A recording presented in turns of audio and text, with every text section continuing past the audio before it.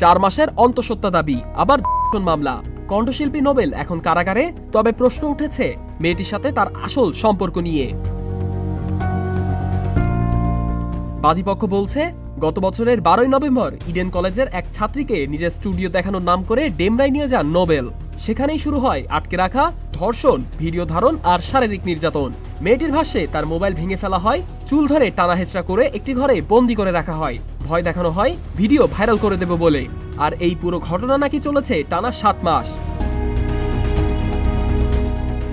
অন্যদিকে নোবেলের আইনজীবীর দাবি এটা তার প্রাক্তন স্ত্রী, তারা একসঙ্গে থাকতেন এবং সে 4 মাসের অন্তঃসত্ত্বা। ভুল বোঝাবুঝিতে মামলা করা হয়েছে, যদিও আদালতে কাবিননামা দেখাতে পারেননি আসামিপক্ষ। এই ঘটনার পর মুখ খুলেছে নোবেলের প্রাক্তন স্ত্রী সালসাবিল। তিনি লিখেছেন, নোবেল একজন মাদকাসক্ত, দীর্ঘদিন রিহাবে ছিল। ওর পক্ষে কাউকে আটকে রাখা সম্ভব বলে আমার মনে হয় না। এদিকে সরকার পক্ষ বলছে, এখানে ধর্ষণের সুনির্দিষ্ট বর্ণনা রয়েছে, ভিডিও প্রমাণ রয়েছে এবং আরো কয়েকজন অজ্ঞাত সহকারীও এই ঘটনায় যুক্ত। সোশ্যাল মিডিয়ায় ভাইরাল হওয়া এক ভিডিও থেকেই বাদীর পরিবার প্রথমে বুঝতে পারে মেয়েটি কোথায় আছে। পরবর্তীতে পুলিশ গিয়ে তাকে উদ্ধার করে।